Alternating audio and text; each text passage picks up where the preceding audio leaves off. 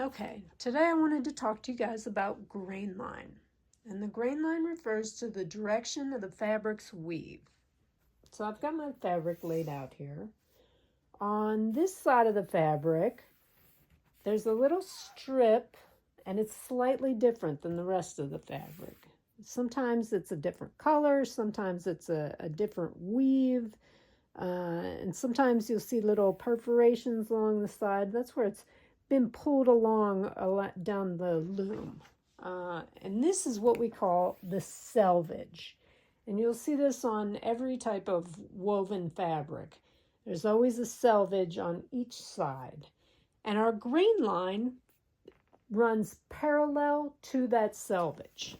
And grain line is really important because it shows you exactly how to cut out your pattern pieces. Every pattern piece that you get is going to have an indication of how they want the grain line to lay. So like on this sleeve piece here, the grain line is represented by this little arrow, and it shows us exactly how to lay out the grain line. And to do that, I'm just going to measure. I'm going to take my little fashion ruler here. This is really handy for measuring out grain line. I'm going to measure exactly how far it is from the selvage on this side of the arrow. And I'll just move it up and make sure that that grain line is laying perfectly parallel to the selvage. Okay?